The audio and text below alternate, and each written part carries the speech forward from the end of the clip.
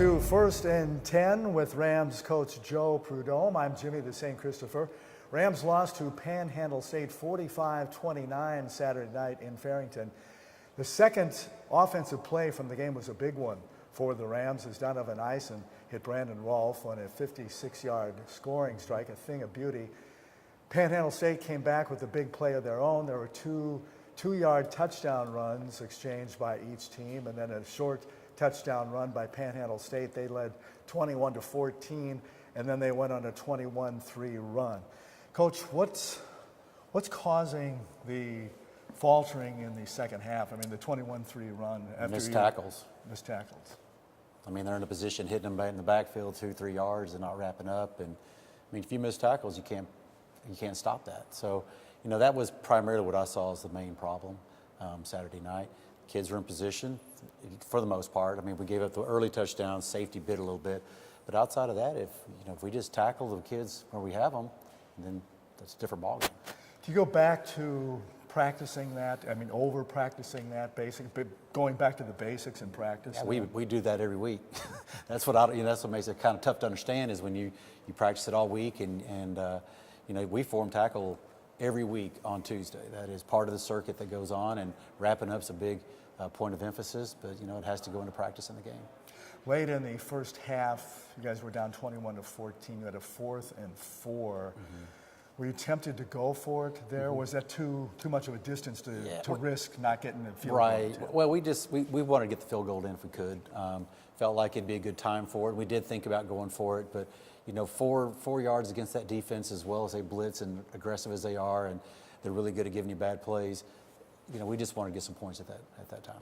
We're with Coach Joe Prud'homme on First and 10. Mm-hmm. Penalties didn't have as many this week as the week before, 7 for 64, but there were a couple there that continued drives. How frustrating? Are you pulling your hair out? Yeah, pretty much on that. I mean, you play so hard, you get to 4th down and you get them, and then you get a defensive holding call, and that's tough, and you make another stop, and you have offsides as well as pass interference, which it was a judgment call. But it is what it is. Officials are doing the best they can. We should have had, I think it was at least 3 more times where we had caught them with too many men on the field. It didn't get called. That would have really helped. But that's football.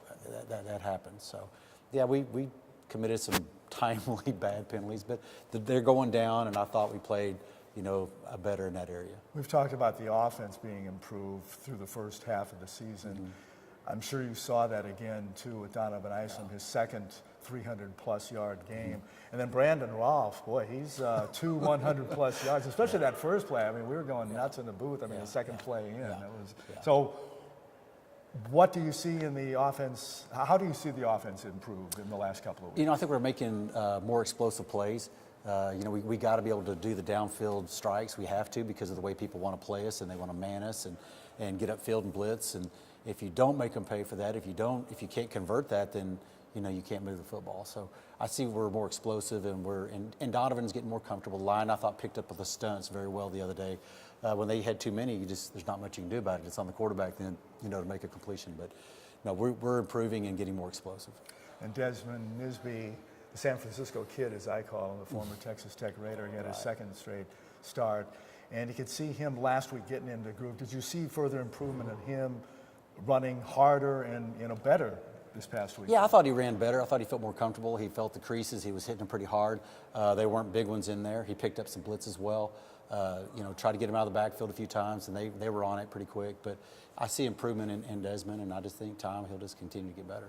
And as a change, you brought in Devontae Mitchell-Dixon. We hadn't seen him for a while. Is there a plan to use him going forward? Yeah, he's another one of those explosive kids. And you can get him into the secondary and get him moving. He's very quick. He's got good speed. We need to have as much speed in the offense as we can. First of 2 consecutive road games now as SAC play continues. You just have to take the trip down to Waxahachie and Sagu in a 2 p.m. game. Boy, are they going to be tougher, or are they going to be in a little more mean mood because they went down in the last second field goal to Lyon 37-34. So how do you see Sagu? Oh, I think Sagu's it's going to be a statement game, bounce back game for them.